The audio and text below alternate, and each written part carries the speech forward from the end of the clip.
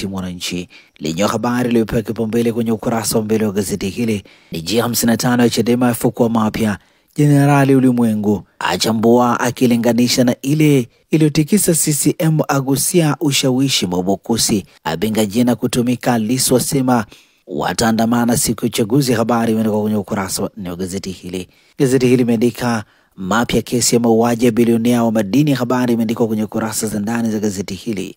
Gazeti hili limeandika mahakama kuu kanda ya Songea imetoa maagizo 6 yanayozuia kutajwa kwa majina na mahali wanapoishi mashahidi wa jamhuri katika kesi ya mauaji ya watu wawili inayomkabili Hussein Kadari na wenzake 6. Habari imeandikwa kwenye ukurasa wa 5 wa gazeti hili.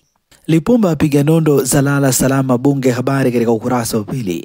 Wakati mkutano wa 19 wa bunge la 12 unaanza leo jijini Dodoma, mwenyekiti wa CUF Profesa Ibrahim Lipumba ameshauri ili kuwatendea haki wa Tanzania. Habari imeandikwa kwenye ukurasa wa 2 wa gazeti hili. Lakini pia gazeti hili imeandika zijue faida za katuni kwa watoto. Habari katika ukurasa wa 12. Nguruwe wabainika na masalia ya ARV. Habari imeandikwa kwenye ukurasa wa 3 wa gazeti hili, na hivi ndivyo ambavyo limeandika gazeti ya Mwananchi. Pata nakala yako, some kwa ndani zaidi.